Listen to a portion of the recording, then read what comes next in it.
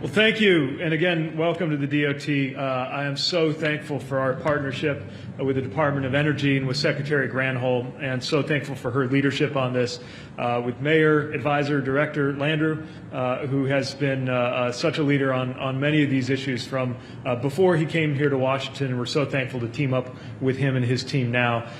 For National Climate Advisor Gina McCarthy, who brings such enthusiasm and such expertise to these issues.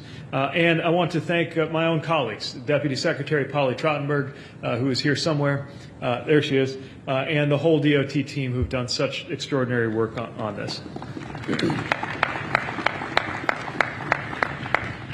I want to thank the congressional leaders here, Representative Debbie Dingell, who lives and breathes the auto industry and is constantly making sure that workers win in this electric vehicle future. Thank you for your leadership. Senator Carper, who is also Chairman Carper, one of the authors of this historic bill and someone for whom we are so thankful in having shaped it to be the generation-defining investment that it is. Thank you for everything you've done to get us here. Senator Heinrich, who among other things has educated me on how things are a little bit different in big western states where safety issues include countermeasures for elk, not something that comes up very often in Indiana. Thank you for your attention to making sure everybody is included in these infrastructure investments and for everything you're doing on Capitol Hill.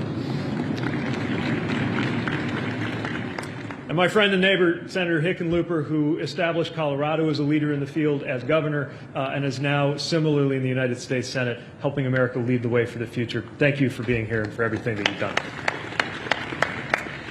And to all of the members of Congress from, I might add, both sides of the aisle who acted to pass this bipartisan infrastructure law, which contains so many of these transformative investments in critical infrastructure and electric vehicle infrastructure like what we're celebrating today. I grew up in an auto town. A town that emerged around the Studebaker car company and one of those moments in which the U.S. auto industry powered America into the future and helped to create an American middle class.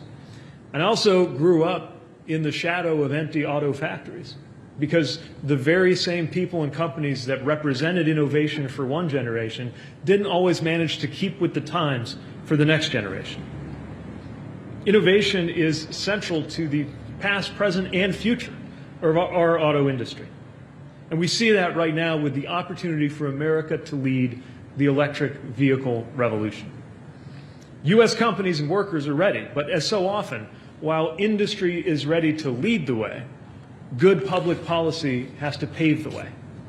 President Biden's historic law marks the largest investment in EV infrastructure in American history.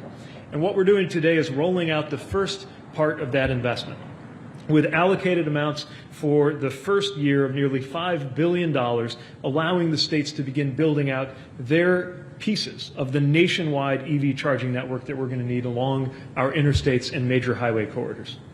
We already know that EVs are the future. The auto industry is headed there. Consumers are increasingly headed there.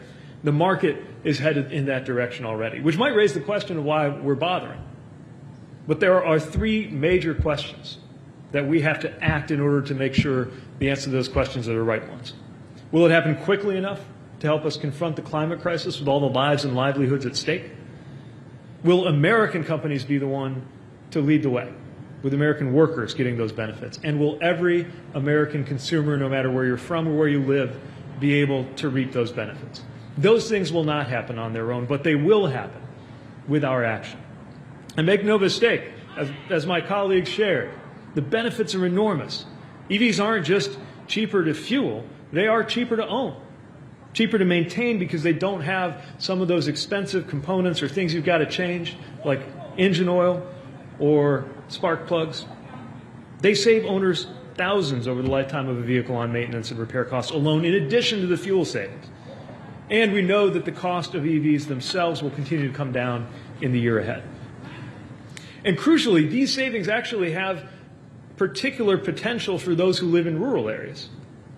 I know that because of the way electric vehicles entered the market, many might think of them as a luxury item, something that belongs to those who live in the biggest cities next to the most chargers and have the most money to spend. The reality is, nobody benefits more from EVs, in principle, than those who drive the longest distances, which is often our rural Americans, stand to save the most money on gas and maintenance, provided we support rural communities and do not leave them behind in the EV race. Same for many in our cities who may live not in a single-family dwelling, but in a multifamily dwelling where we need to be intentional about their charging infrastructure. Last week I talked to the mayor of a small rural town in Colorado who talked about how his community had been once known as the Valley of Death for EV drivers, but now they were acting to make sure that they had strategically placed chargers. A county commissioner in rural Minnesota told me about the importance of charging infrastructure for people in the ag sector who need to drive long distances to get their crops to market. And it is to support communities like this that our department released our EV Rural Toolkit a few days ago. Whatever you count on your car to do, whether it's dropping off your kids, which you can now do in a plug-in minivan, or whether it's powering your shop tools on a work site out of one of these remarkable electric pickup trucks. EVs are for everybody.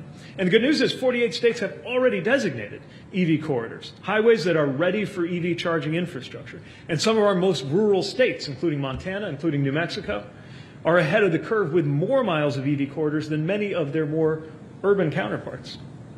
And this is just one part of the vision. Soon we'll be rolling out an additional $2.5 billion for a new grant program with even more funding for chargers at the community level across the country. And none of this is going to be possible without American workers who will build this national network of EV chargers. Nor is it possible without the partnership of innovative electric vehicle companies from Silicon Valley to the Motor City that have paved the way.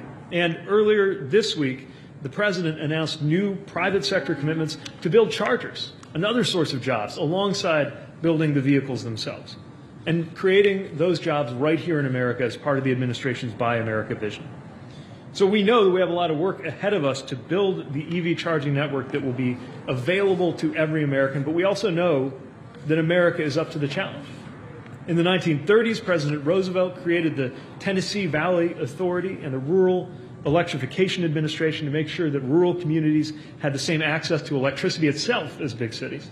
In the 1950s, President Eisenhower insisted that the interstate highway system serve every corner of America. And now President Biden is building on that tradition and carrying it forward by teaming up with states and the private sector to build a nationwide network of EV chargers by 2030 to help create jobs, fight the climate change crisis, and ensure that this game-changing technology is affordable and accessible for every American.